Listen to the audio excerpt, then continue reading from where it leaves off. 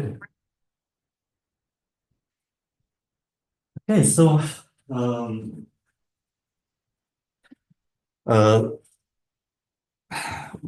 okay, we continue talking about multimodal language models, and um, we talked about um, working with images.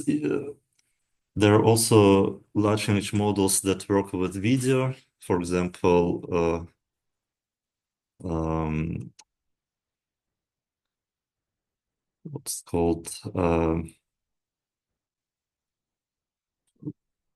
no, I believe it's called Lava uh, VIT, Visual Transformer. So um, there are also large language models that work with uh, robots for um, scene rendering. So today we will, and actually in the rest of class, we'll talk about working with audio. So how large language models are used for speech recognition and how we can also incorporate speech domain into multimodal language models. I have prepared a notebook.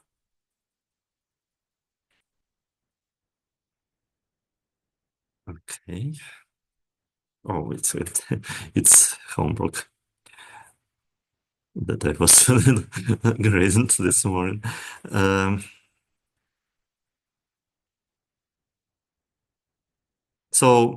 yeah, first we will talk about it. Okay, something wrong with my link. We'll talk about how we process audio. So,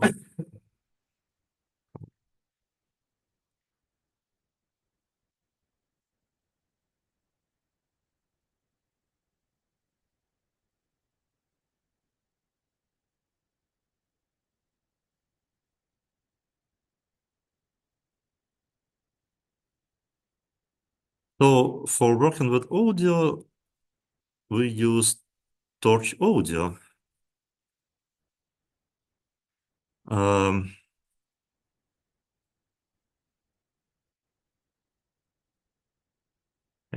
Here is a function, my implementation of spectrogram.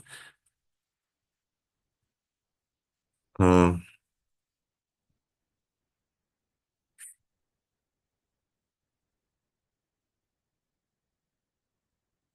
what?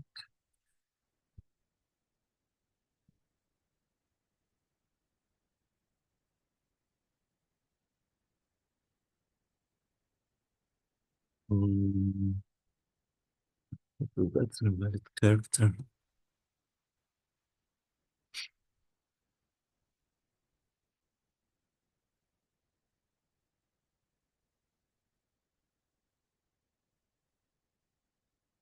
Oh, I sent. Because I should use a different link here.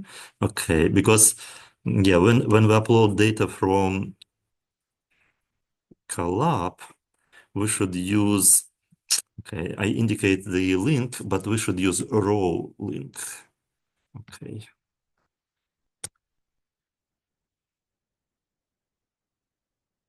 yeah,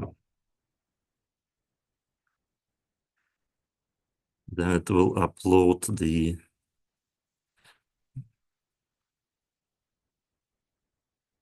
sound.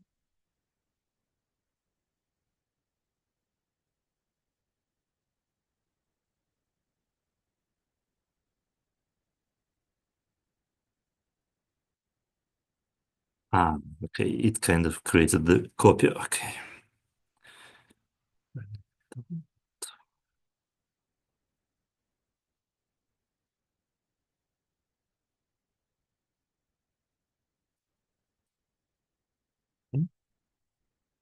should work.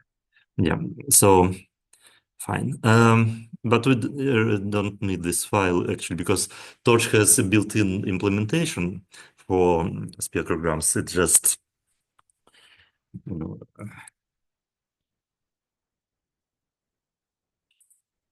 for our audio signal processing class, we had to write and teach students how to write their own functions to understand it like in depth. So let's upload an audio. Um, so this should be two-channel audio. Um, and also I will run this cell. LibreSpeech is the standard data set for um, models for for speech recognition and for speech generation. Um, it's a large data set, so I will upload just few files. Well, actually, it will upload the entire data set, but then it will extract. So I will stop on halfway because otherwise it will take about 6 minutes. Um,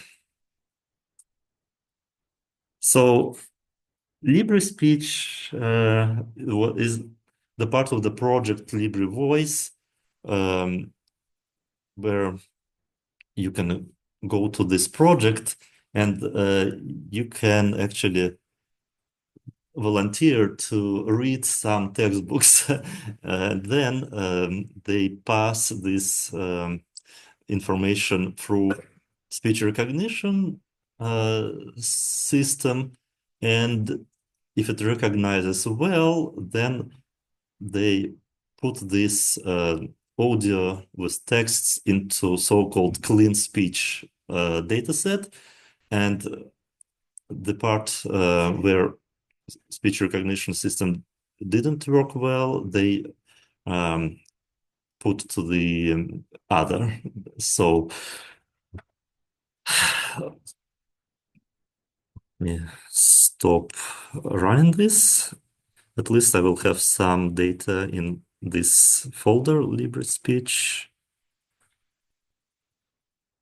Yep, I have some data here. Um, let's see.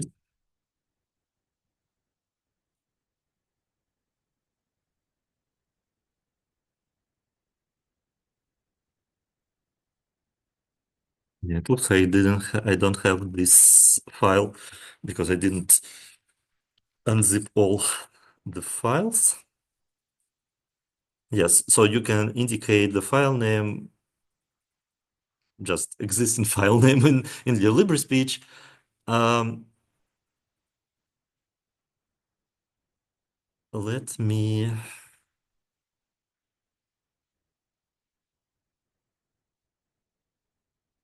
So if you look at the shape, you can see the shape of. Let me play first. Um,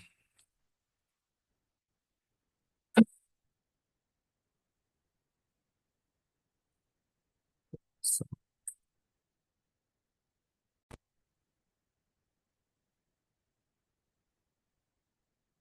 Then in the same operations with ugly ones. so you can see that this is just 2 seconds of audio, but the size is about what is that, 60,000 samples. So when people read these books for LibreSpeech, then like post-processing part was to cut these files into small chunks because you can't process like 1 hour of audio. It won't fit in your memory. So If we visualize this, it will look like this, which is called waveform.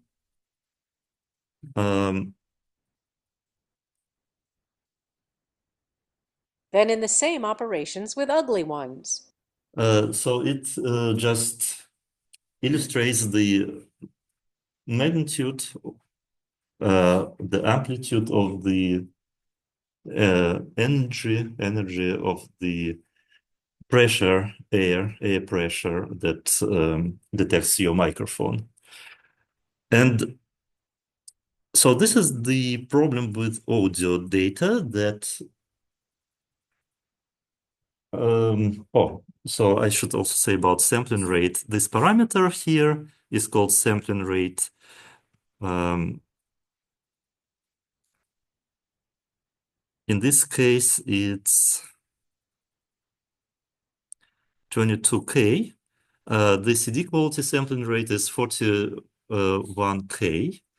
It means that for 1 second of audio, we should store 41K data points. So it's a huge amount of data. And that's why we will use compression techniques, which are called spectrograms. So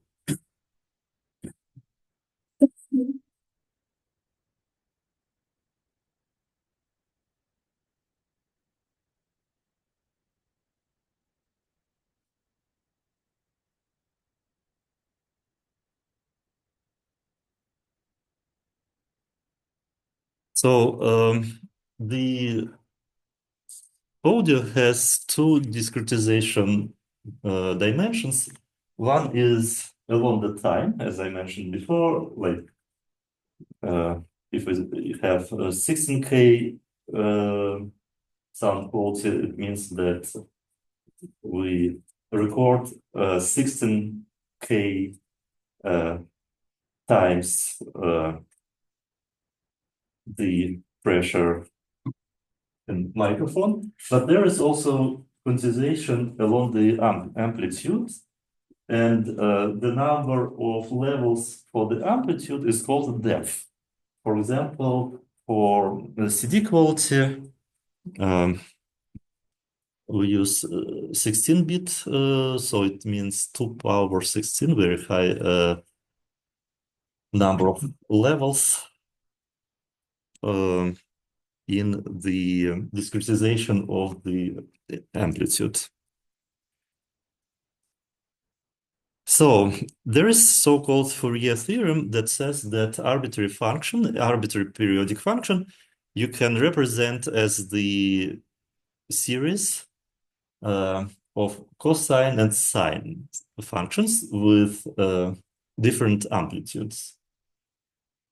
So in practice, we have just limited signal, and that's why instead of continuous Fourier transform, we will use discrete time Fourier transform, where instead of using continuous time, we will use the discrete time steps when the audio was actually recorded. And then we will get this transform, which is written here in complex form. If you write in real form, you will have sine functions and cosine. But the main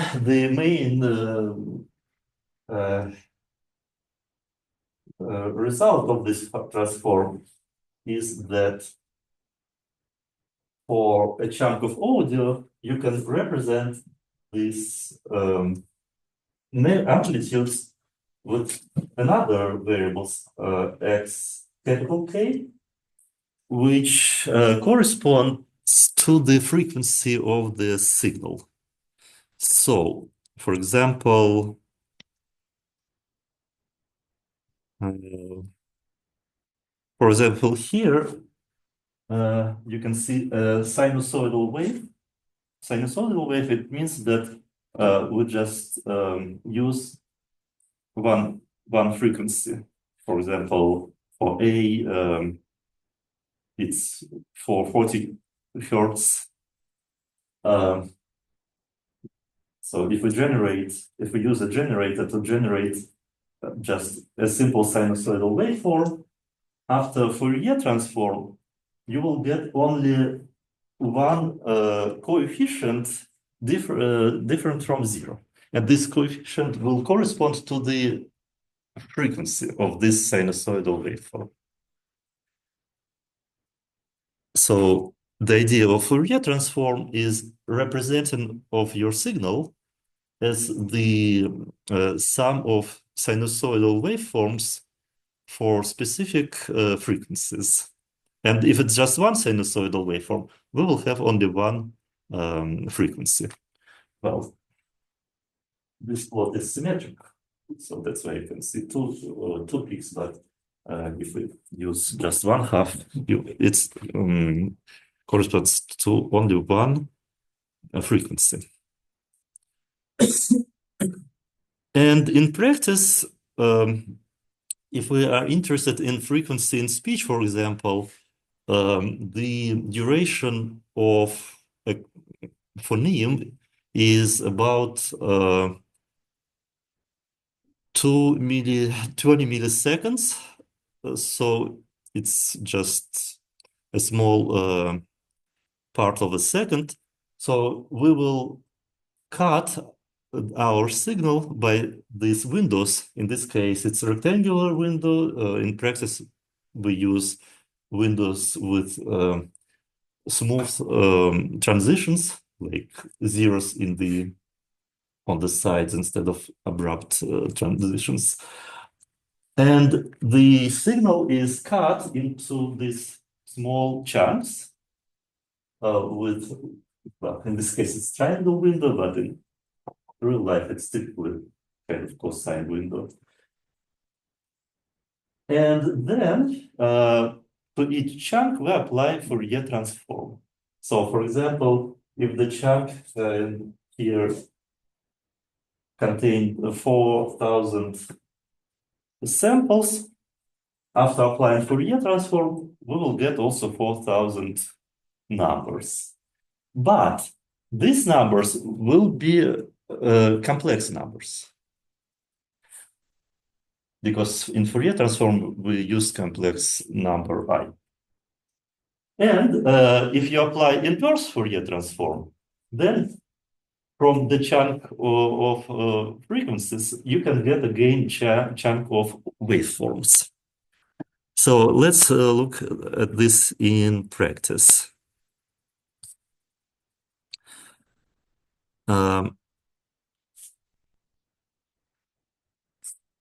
So what I'm doing in this function, so this function,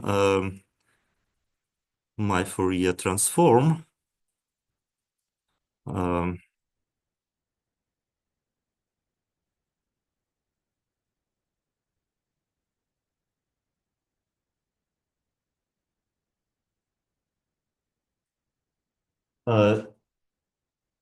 I just split the input signal. For example, if it's 2 seconds of audio and the frequency is 16K, then it will be 32K length array of 32,000 points. So we split this into chunks with window length. Typically, so you could hear about algorithm which is called fast Fourier transform, FFT. So this algorithm is applied only to chunks of size power of 2. So that's why in practice we use windows of size 1024, for example, or 2048, because in this case we can apply fast algorithm, fast Fourier transform. So we split into chunks, and then we apply FFT, which stands for fast Fourier transform, to these chunks. And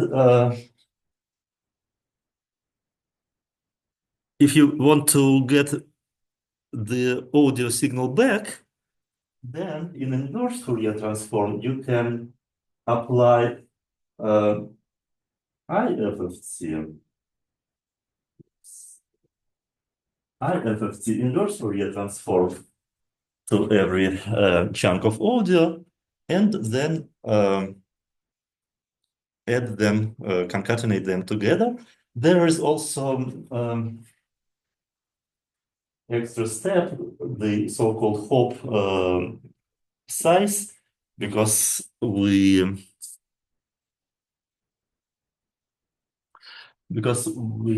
use window which has zero value on the sides.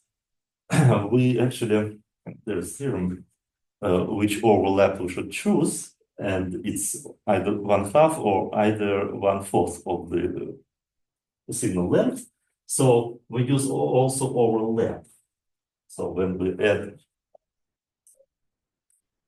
inverse Fourier transforms chunks back, we also don't just concatenate, but we add them with overlap. But these are just technical details. Okay, and so if we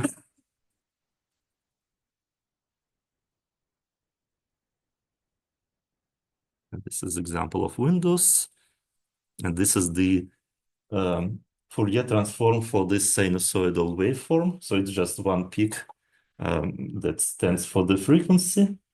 I don't remember what the frequency was here. 2000.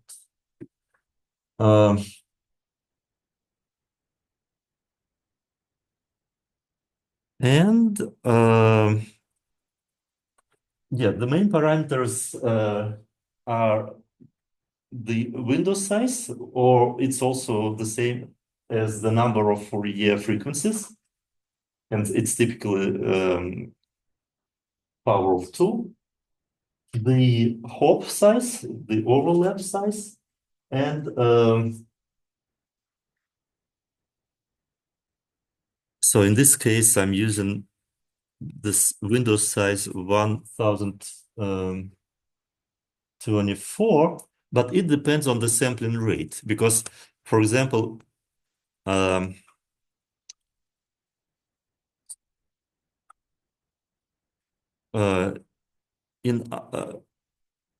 our example, the sampling rate was 22K. So, and the window size was 1024. Because Fourier transform is symmetric, we take only the half of this. So that's why instead of 1024, we have 512, and also plus one additional number for zero frequency, so 513.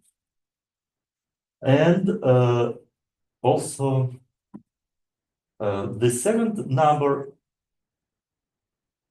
instead of what was the dimension, 60,000 was the length of our audio. Now it's 219. Well, we didn't actually make any compression here because we have less kind of time steps, but we have extra dimension for every time step. Like in waveform, we had dimension 1 for every time step. Now we have we should multiply these numbers, and you will get pretty the same number. But let's visualize it. Let's visualize it. Yeah, and of course we use built-in functions for these spectrograms, and it's called short time Fourier transform. and indicate these parameters, like size of window and so on. Let me visualize it. So when we visualize this spectrogram, let me play audio again. Then in the same operations with ugly ones.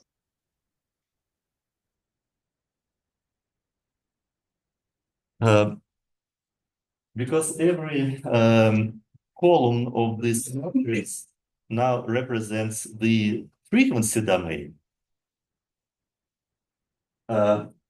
You can see the pitch, how the well, also some pauses between even different it's called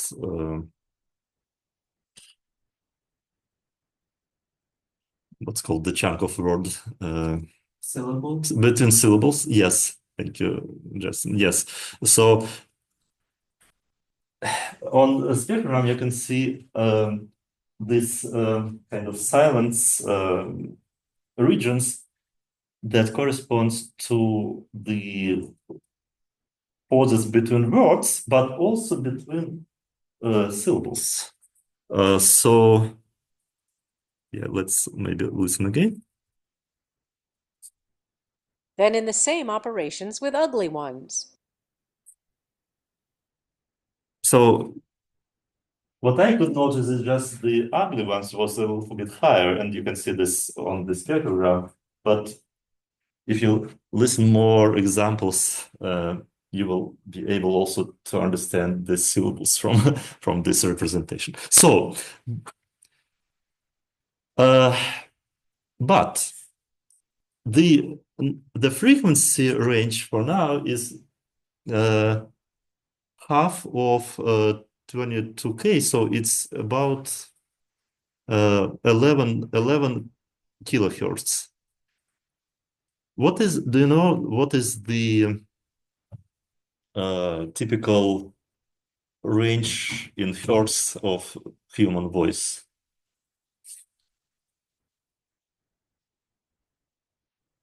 Is it like 300?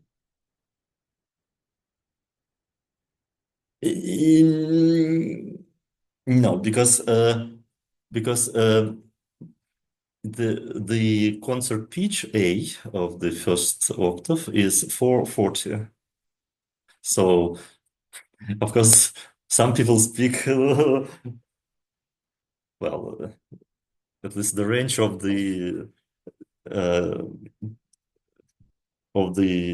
of soprano is C of the third octave, so it should be higher than 440.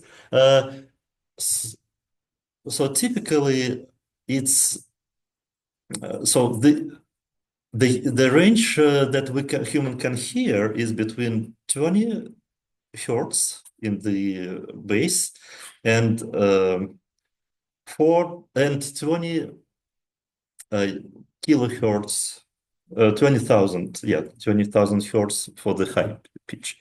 So this is the range that we can hear. So when you buy, for example, the dynamics, you can look at the range, and typically it will be between 100 hertz to 20K. So typically you won't find the speakers with like, lower with better bass file, or more it will be more expensive. So for speech it's enough about 8K, 8,000. So at least it will be understandable if you just keep only 8,000 8,000 hertz frequencies. For music, of course, we need much higher range. That's why CD quality uses 44K quality, and now there's hi-fi audio with 96 96 kilohertz, so it means 96,000 cents per second. So anyways, because we have kind of ex extra information, exhaustive information in this representation. For speech, we apply the additional transform, which is called Meal spectrogram. So for Meal spectrogram, oh, by the way, I have also another example for music. We can play it for music.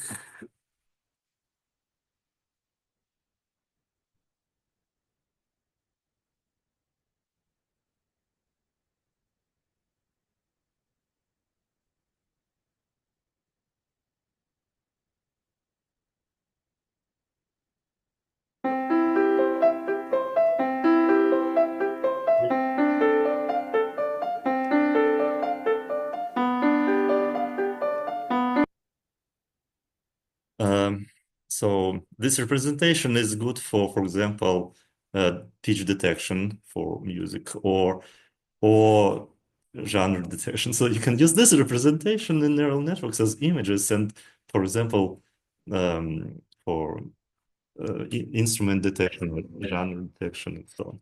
So, but for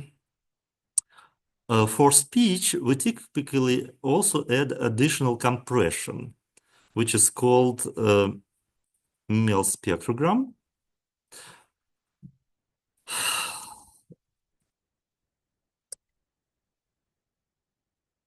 Um, so Mel spectrogram, it has this expression. Well,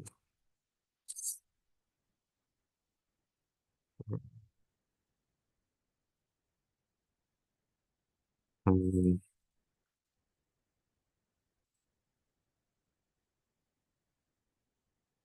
so it converts every real frequency into a bin. So it's kind of binarization using this formula.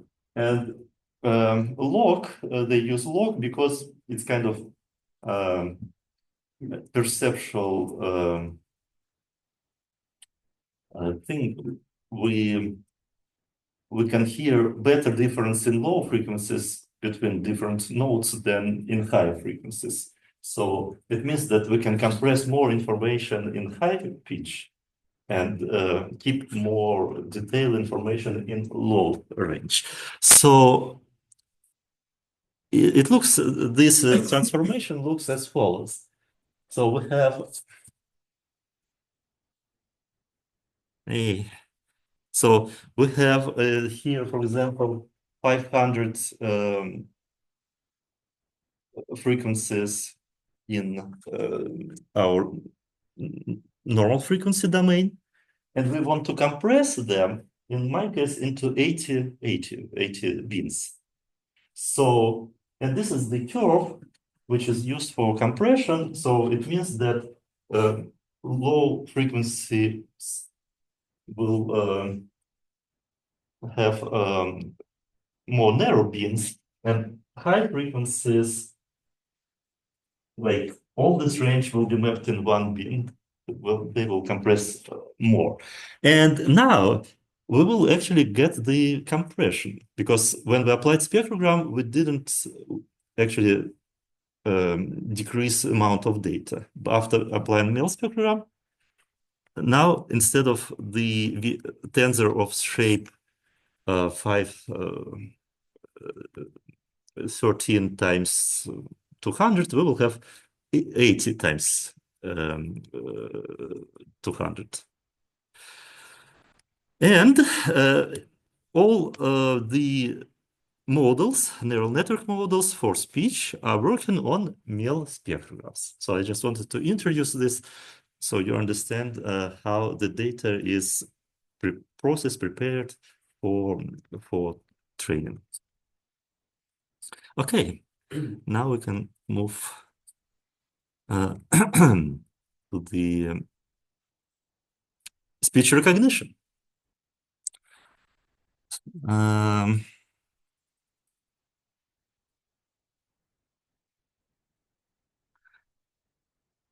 so the old name for speech recognition is speech to text, when we transform speech to text.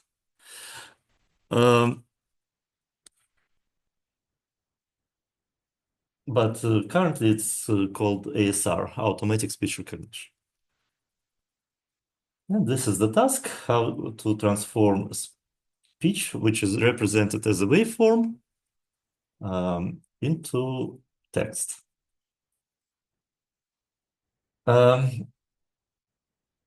So the metric which is used for the quality of speech recognition is called VER,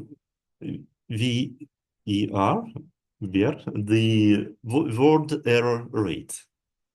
And it's based on the so-called Levenshtein distance, which compares two sequences. So this is where algorithm class can be useful, which is defined as follows. So how many substitutions we should perform? For example, in target we have brown, and after recognition it's bro. How many deletions we should perform? Like we didn't have article here and we have article here. And how many insertions we should perform? For example, here is a missing. A is missing. And this is called word error rate. You can apply the same metric on the character level. Then it's called CER, character error rate. So you can also see CER metrics often, but then it will be applied on the character level. And what do you think, which metric is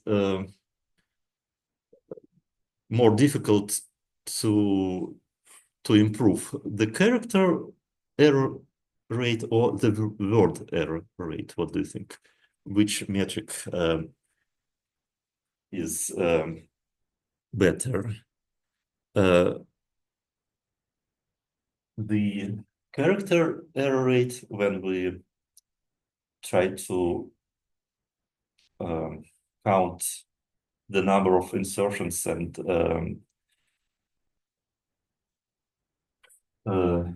substitutions on the character level, on the word level. I think character. It's what is it easier to get better, or it's harder to get better? Well, I feel like it'd be harder to improve character rate because it's harder to know where you actually messed up. No, actually, it's opposite, and because here you can get 4 characters correct, but then entire word will be incorrect. And if you take the average, in average, you will get actually worse word error rate than character. And in practice, if you look at the any papers, they typically report word error rate because it's harder to improve. Data sets. So the old data set, Wall Street Journal, we will skip it. The more recent data set, LibreSpeech, that we use today. So it was proposed in 2015. Also in 2015, the first model that we'll talk about today, neural network model for speech recognition, was proposed. Before that, they used hidden Markov chains methods.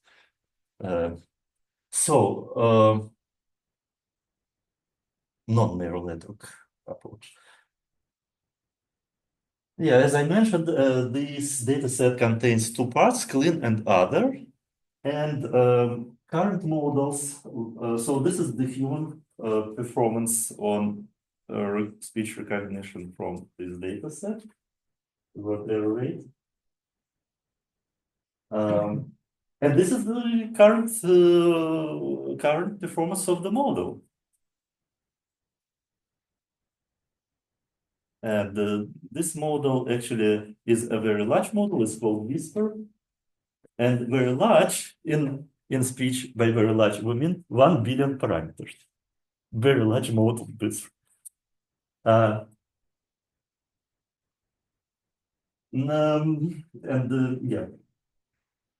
it can be run on Amazon, for example, but typically you don't need so large models, and typically models with 300 million parameters work very nice.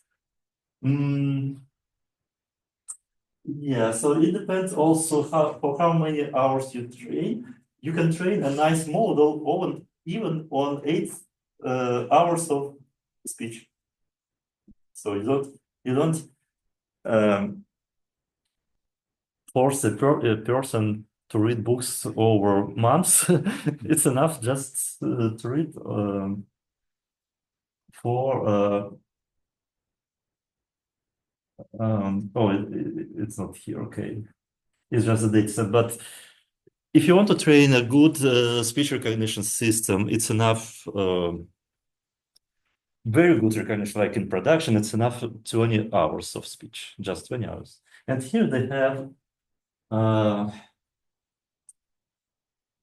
about, if you sum up these numbers, about 1,000 hours of speech.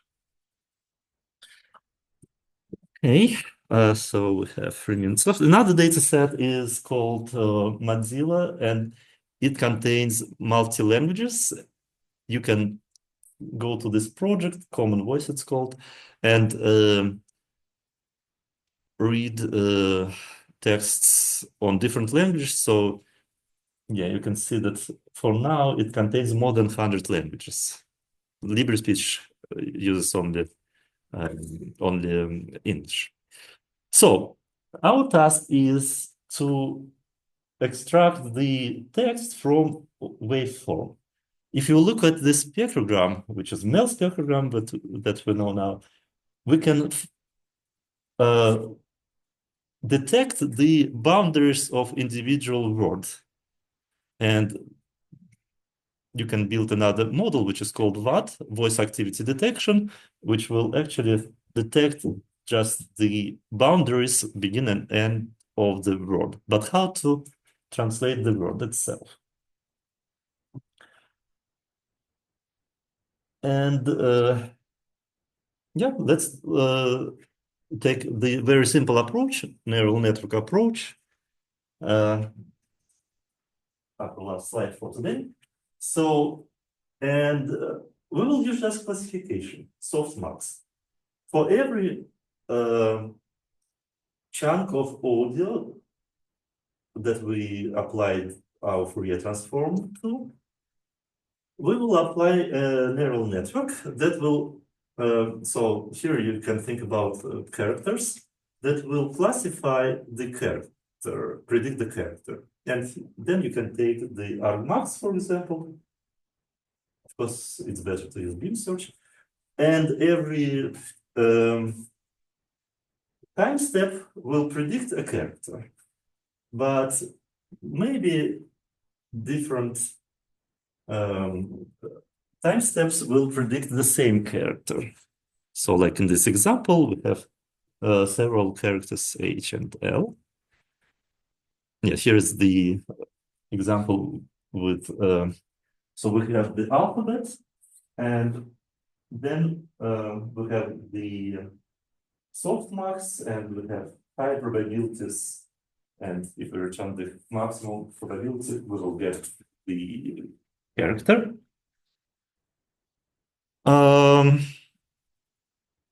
And yeah, to solve this problem, I think, what do you think? Should we stop here for today, or I explain how we can actually solve the problem with repeated characters. I have the 2 p.m., so I do have to go, but I Yes. can watch the recording later. Yes. So what other guys do you want? Because I was thinking, oh, you also. Okay, so yeah, I can explain this next time because my plan was to explain today the spectrographs and next class the WAF embeddings, the vector embeddings. But we can also begin with this approach because the loss function, which is used here, actually used in the models that create embeddings, vector embeddings for audio.